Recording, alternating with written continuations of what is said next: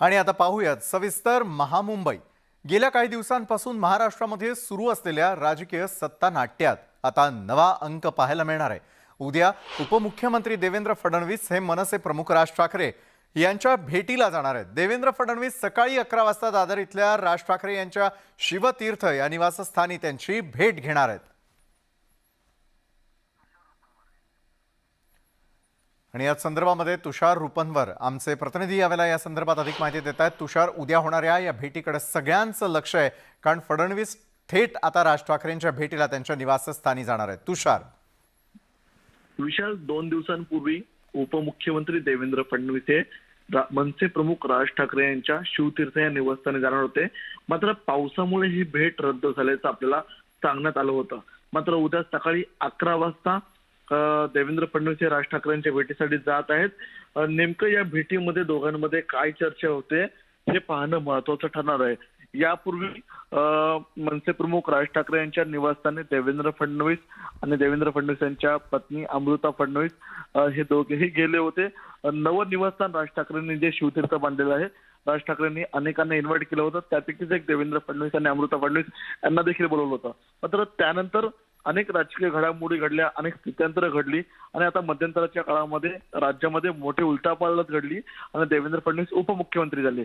देवेंद्र फडणवीस उपमुख्यमंत्री झाल्यानंतर राज ठाकरेंनी एक पत्र लिहिलं होतं आणि या पत्राद्वारे या ठिकाणी देवेंद्र फडणवीस यांनी त्यांचं फोनवर बोलणं देखील झालं होतं। त्यानंतर देवेंद्र फडणवीस यांनी मी स्वतः घरी येऊन तुमची भेट घेणार आहे, कारण की मध्यंतरी राज ठाकरे यांचं ऑपरेशन देखील झालं होतं।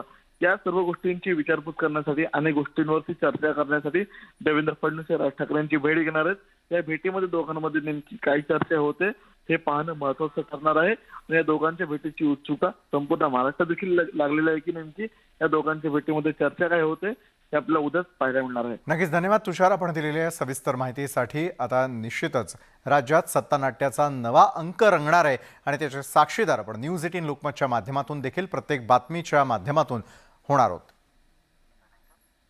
मुख्यमंत्री एकनाथ शिंदे आणि उपमुख्यमंत्री देवेंद्र फडणवीस एका वेगळ्या कारणासाठी सध्या चर्चेत आहेत।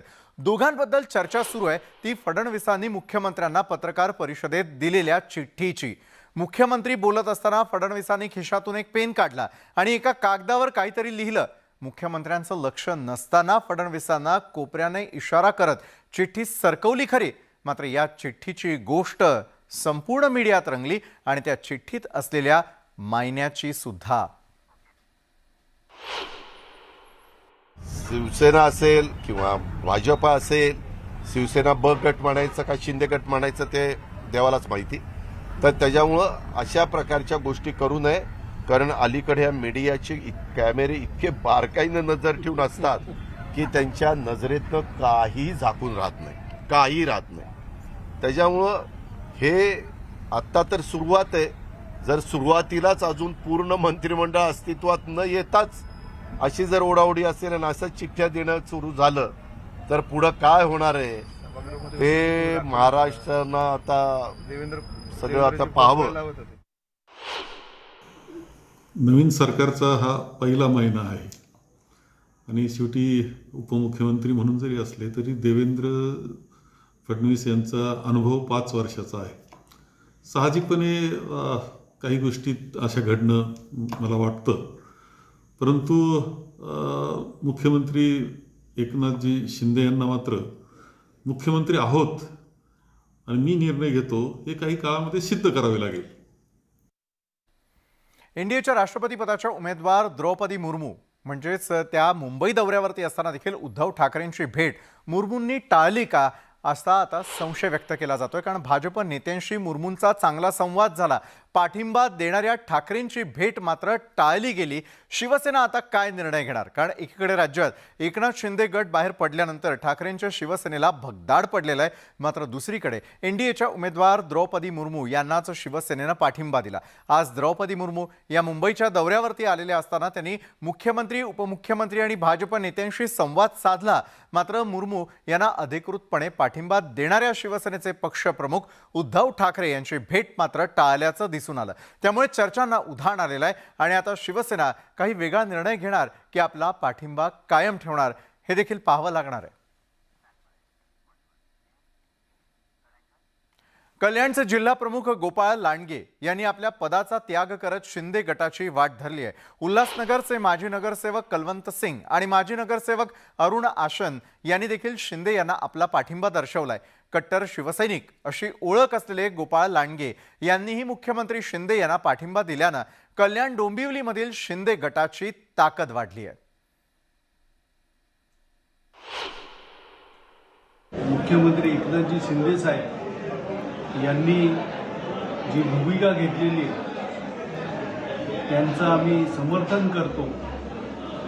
हिंदू हृदय सम्राट शिवसेना प्रमुख बाळासाहेब ठाकरे यांच्या विचारसरणी आणि धर्मवीर आनंदीय साहेब यांची शिकवण त्याप्रमाणे त्यांच्या नेतृत्वाखाली आम्ही आजपासूनच काम करीत आहे। त्यांचे आम्ही समर्थक आहोत आणि निश्चितपणे शिवसेनेचं काम अधिक जोमाने सुरू ठेवू आणि माझ्याकडे सध्या असलेलं पद त्याचा मी त्याग करीत आहे। भाजप शिंदे सरकारनं राज्यामधील जनतेला पहिलं मोठं गिफ्ट दिलंय। पेट्रोल आणि डिझेलवरील दर कमी करण्याचा निर्णय घेतलाय। पेट्रोलच्या दरात 5 तर डिझेलच्या दरात 3 रुपयांची कपात करण्यात आली आहे। दिवसेंदिवस होणाऱ्या डिझेल पेट्रोल दरवाढीमध्ये राज्यातील जनतेला मोठा दिलासा मिळालाय। तसंच नियमित कर्ज फेडणाऱ्यांनाही सरकारनं दिलासा दिलाय। नियमित कर्ज भरणाऱ्यांना 50,000चं अनुदान दिलं जाणार आहे। तसंच नगराध्यक्ष आणि सरपंचांची निवड आता थेट पद्धतीनं केली जाणार असल्याची घोषणाही सरकारनं केली आहे।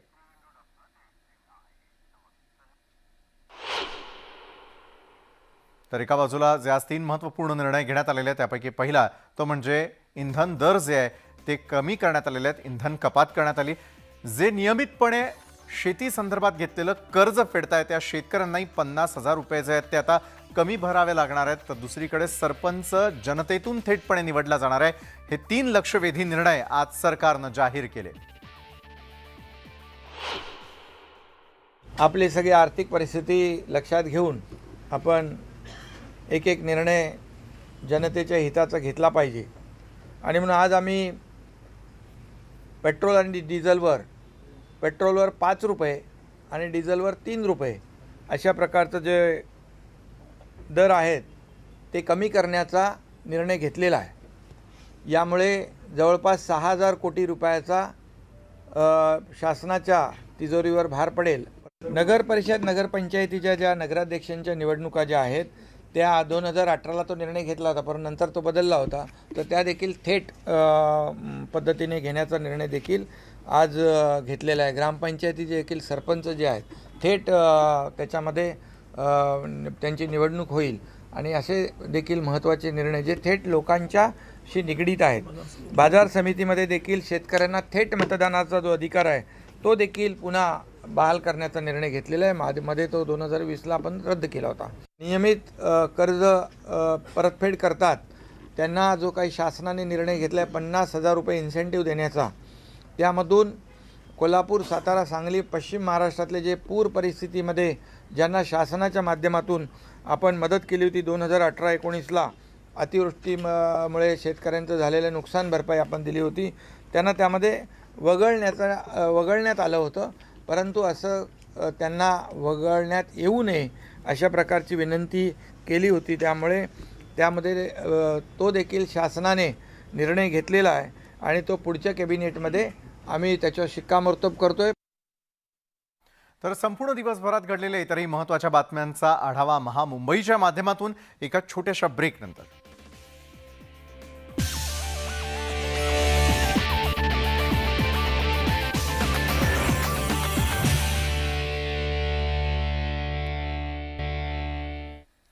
ब्रेक नंतर महामुंबईमध्ये आपल्या सगळ्यांचं पुन्हा एकदा स्वागत। डोंबिवलीमध्ये एक धक्कादायक घटना समोर आलेली आहे। मुजोर कार चालकानं वाहतूक पोलिसाला चक्क फरफटत नेल्याचं समोर आलेलं आहे। काय घडलं नेमकं डोंबिवलीमध्ये पाहूयात। बेफाम कार चालकांचा पोलिसांशी 36चा आकडा। डोंबिवलीत पोलिसाला बोनेटवर नेलं फरफटत। कार चालकाची पोलिसांवर दादागिरी। डोंबिवली स्टेशन जवळची ही दृश्य पहा। लाल कारच्या बोनेटवर चक्क पोलिसाला बसवलंय। लाल कार पोलिसाला बऱ्याच अंतरावर फरफटत नेते। आता दुसऱ्या बाजूनही पहा, डोंबिवलीतल्या एस.के. पाटील चौकात हा कार चालक जोरात हॉर्न वाजवत आला होता। ट्रॅफिक पोलीस बाळासाहेब होरे यांनी त्याला अडवण्याचा प्रयत्न केला, पण त्यानं थेट पोलिसाच्या अंगावर गाडी घातली। बोनेटवर पोलीस कर्मचाऱ्याला घेऊन कार चालक बऱ्याच अंतरापर्यंत गेला। त्यानंतर कार चालकानं बाळासाहेब होरेंना खाली पाडलं। यात त्यांच्या पायाला दुखापत झाली आहे। त्यानंतर कार चालक फरार झाला। एक कार चालक लाल रंगाची स्विफ्ट गाडी आहे, तो भरधाव वेगा तो जोरात साऊंड टेप किंवा गाणी वाजवत येत होता। त्याला आमच्या वाहतूक अंमलदारांनी तिथे हजर असलेल्या यांनी थांबवण्याचा प्रयत्न केला असता तो न थांबता त्यांना समोर घेऊन त्यांना गाडीवरती त्यांच्यासमोर बोनेटवर घेऊन थोडं फरफटत काही अंतरावर स्पीडमध्ये जोरात वेगात घेऊन गेला आणि तिथं काही अंतरावर त्यांना ते त्या स्पीडच्या ह्याच्यामध्ये ते खाली पडले। त्यामुळे त्यांच्या पायाला, हाताला आणि डोक्याला पण जखम झालेली आहे। मागच्याच आठवड्यात नवी मुंबईत देखील एका कार चालकानं पोलिसाला बोनेटवर फरफटत नेलं होतं। अशा प्रकारच्या घटना वारंवार घडू लागल्या। त्यामुळे कार चालक पोलिसांच्या अंगावर गाडी घालण्याची हिंमतच करणार नाही, अशा प्रकारची कारवाई करण्याची मागणी आता होऊ लागली आहे। अजित मांढरे, न्यूज 18 लोकमत, डोंबिवली।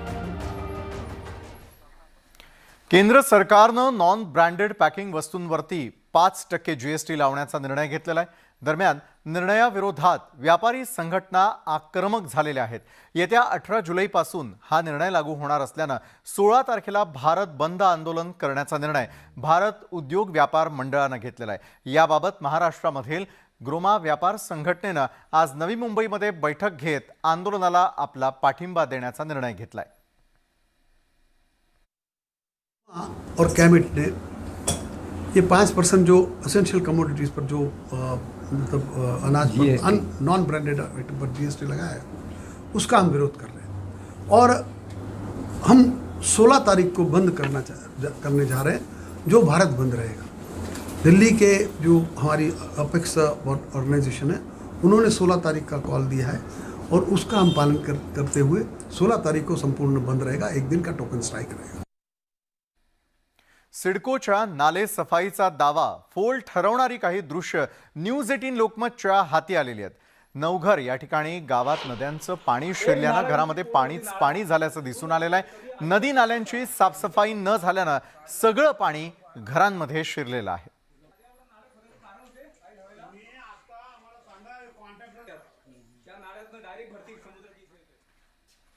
खड्डे ही आता ठाण्याची ओळख झालेली आहे। एरवी रोज मुंबईहून ठाण्यामध्ये आल्यावरती तसंच ठाण्यातून मुंबईच्या दिशेनं जाताना मोठ्या वाहतूक कोंडीला सामोरं जावं लागतं। त्यात आता खड्ड्यांमुळे कमालीची भर पडली आहे। या खड्ड्यांमुळे एक प्रकारे ठाण्याची गतीच मंदावली आहे, तर हद्दीच्या वादामुळे खड्डे तसेच राहून ते जीवघेणे होत चाललेले आहेत।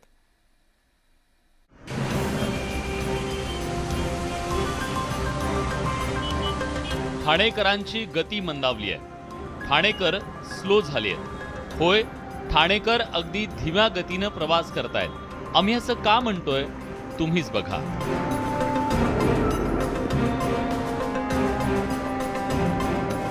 सध्या ठाणेकरांना खड्ड्यांमुळे नाहक त्रास सहन करावा लागतोय। याचं कारण आहे ठाण्यात रस्त्यांची झालेली चाळण। कळवा ठाणे, मुंबई अहमदाबाद आणि मुंबई नाशिक महामार्गावर खड्ड्यांमुळे प्रचंड वाहतूक कोंडीला सामोरं जावं लागतंय। त्यामुळे ज्या ठिकाणी तुम्हाला पोहोचायला अर्धा तास लागतो, त्या ठिकाणी खड्ड्यांमुळे तुम्हाला 1 तास खर्ची करावा लागणार आहे। कळवा ते बेलापूर अंतर 24 किलोमीटर आहे। लागणारा वेळ 35 मिनिटं, पण खड्ड्यांमुळे सध्या 50 ते 55 मिनिटं लागतायत। कळवा ते ठाणे रेल्वे स्थानक 4 किलोमीटरचं हे अंतर कापण्यासाठी 5 मिनिटं लागतात। खड्ड्यांमुळे सध्या 15 मिनिटं वेळ लागतोय। ठाणे रेल्वे स्थानक ते मुंब्रा अंतर 8 किलोमीटरचं आहे, त्यासाठी 10 मिनिटं लागतात।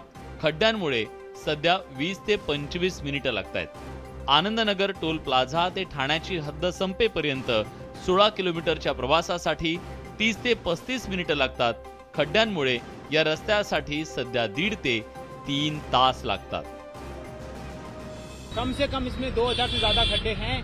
कल्याण से आप जब बाईपास क्रॉस करेंगे उसके बाद कंटिन्यू खड्डे आपको कंटिन्यू दिखने आते हैं और ये आपके थाना तक एंट्री होने तक हरदम खड्डे रहते हैं और ये खड्डे इतने ज़्यादा हैं कि रात में आने जाने वालों को इतनी तकलीफें होती हैं और लोगों के कितने सारे एक्सीडेंट होते हैं। इसके लिए कोई भी जवाबदार नहीं, रोड प्रशासन कोई भी ध्यान देने के लिए तैयार नहीं है। जहाँ पर सीमेंट कंक्रीट की सड़कें नहीं है वहाँ पर तो ज़्यादा खड्डे हो गए हैं और खड्डों पर बिल्कुल भी ध्यान नहीं। 3 म्यूनिसिपल कॉर्पोरेशन के अंडर में ये एरिया आ रहा है और कुछ हद तो जिला परिषद और MSRTC भी है, लेकिन सिर्फ कॉन्ट्रैक्टर और बाकी सब लोग केवल लूट मचाए हुए हैं। इन खड्डों की भरपाई हुई नहीं और खड्डों के नाम पे हजारों करोड़ रुपए निगल लिए गए हैं।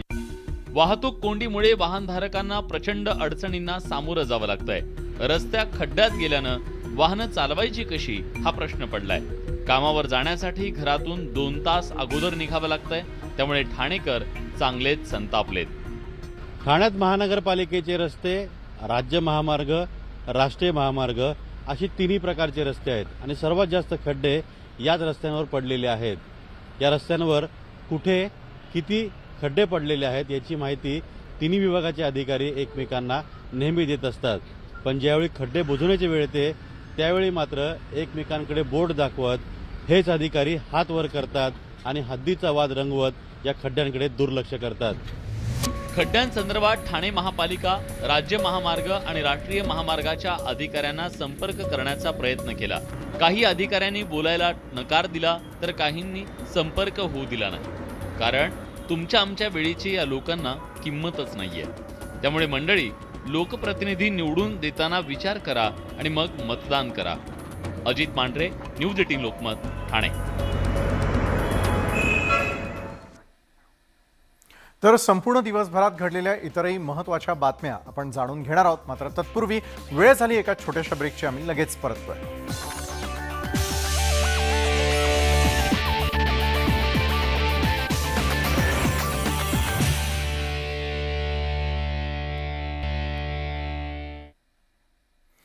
ब्रेकनंतर महामुंबईमध्ये आपल्या सगळ्यांचं पुन्हा एकदा स्वागत। मुंबई महानगरपालिका क्षेत्रातील अति धोकादायक आणि मोडकळीला आलेल्या इमारतींची यादी महापालिकेकडून जाहीर करण्यात आली आहे। मुंबईमध्ये एकूण 337 इमारती धोकादायक आहेत, पण असं असूनही काही इमारतीतील रहिवासी घरं सोडायला तयार नाहीत। मृत्यूच्या दाढेमध्ये कसे रहिवासी जगतायत, आढावा घेऊयात आमच्या या विशेष रिपोर्टमधून।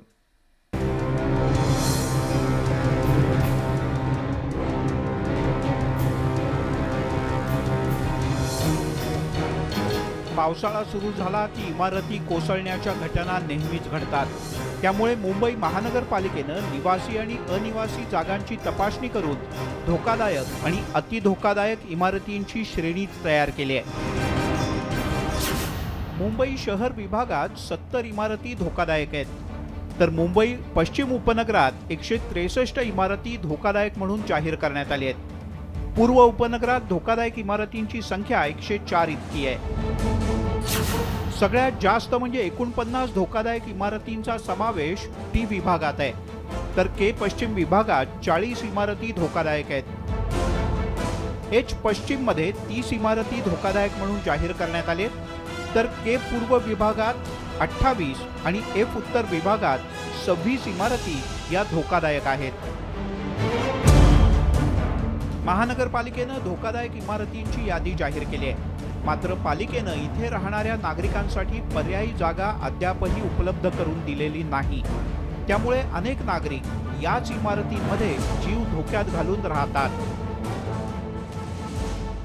C1 लावलेली आहे, ती तुम्हाला बिल्डिंग खाली करण्यात येईल। तर त्यांना आम्ही प्रतिप्रश्न विचारला पण की ह्याच्यामध्ये आम्हाला आमच्या जागेचा पर्यायी व्यवस्था काय असेल, त्याला ते तुम्ही तुमचं बघून घ्यायचं, आम्हाला फक्त आदेश आहेत की बिल्डिंग खाली करणं, असं बोलून त्यांनी विषय सोडून दिला। सरकारवर आमची नाराजगी ही पक्की आहे, कारण खूप प्रयत्न केले आम्ही, मुख्यमंत्र्यांना लेटर गेले, आमच्याकडून जितेंद्र आव्हाडांना लेटर गेले, पण कोणीही आम्हाला आमच्या ह्या मॅटरमध्ये हेल्प केलेली नाही। आणि ज्या हिशोबाने बीएमसीने ज्या हिशोबाने कारवाई ह्या पावसाळ्यामध्ये केली, लोकांना इमिजिएट म्हणजे सगळ्यांना बाहेर काढले गेले, तर आजच्या डेटला म्हणजे इथे जो पब्लिक आहे त्याला खूप म्हणजे त्रासदायक परिस्थितीमध्ये राहतोय। मागच्या अनेक दिवसांपासून मुंबईत मुसळधार पाऊस सुरू आहे, त्यामुळे केव्हा आणि कधी एखादी इमारत कोसळेल हे सांगता येत नाही। कारण असंख्य लोक या इमारतीत राहतात. म्हणूनच आपल्या जीवाप्रमाणे त्यांचा जीव सुद्धा अनमोल आहे. त्यामुळे पालिकेनं लवकरात लवकर या रहिवाशांसाठी पर्यायी जागा उपलब्ध करून देणं गरजेचं आहे. विशाल पाटील, न्यूज 18 लोकमत, मुंबई. तर या होत्या आज संपूर्ण दिवसभरात महामुंबईमध्ये घडलेल्या अतिशय महत्त्वाच्या बातम्या. आजच्या महामुंबईमध्ये वेळ झाली तुम्हा सगळ्यांचा निरोप घेण्याची. ताज्या बातम्यांसाठी पाहायला विसरू नका न्यूज 18 लोकमत.